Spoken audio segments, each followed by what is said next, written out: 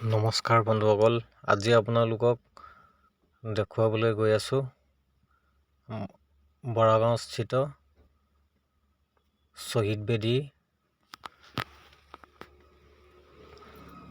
নতুনকৈ বনাইছে। তো আজি আহিছোঁ চাবৰ কাৰণে আৰু আপোনালোককো ভাবিলোঁ দেখাই দিওঁ। চাব আৰু কেনেকুৱা লাগিলে জনাব কমেণ্ট কৰি।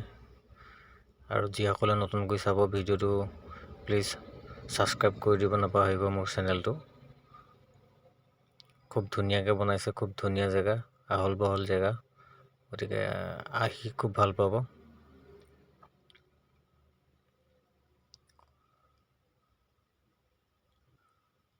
এইটো আৰম্ভণি গেটৰ পৰা দেখাই আছোঁ আপোনালোকক। গোটেইখিনি দেখাম, ভিতৰত ক'ত কি আছে, কেনেকৈ কি আছে, গোটেইখিনি বস্তু দেখাই দিম আপোনালোকক ধুনীয়াকৈ। যিহেতু কি ধুনীয়া লুকছ, বাহিৰৰ পৰা চাবলৈ কিমান ধুনীয়া লাগিছে। তো ভিতৰত গৈ কি আছে সেয়াও দেখাম আপোনালোকক।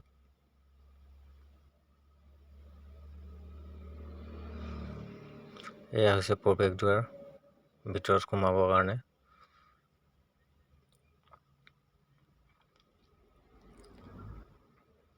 সোমাই আপোনালোকে দেখা পাব এয়া অসমৰ মেপখন বনাই থৈছে।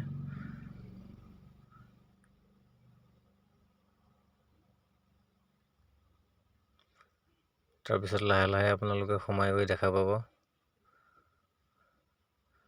যিসকল শ্বহীদ হৈছিলে তেখেতলোকৰ প্ৰত্যেকৰে ইয়াতে মূৰ্তি আছে আৰু তেখেতলোকৰ নাম সহ লিখা আছে। ধুনীয়াকৈ দেখা পাব।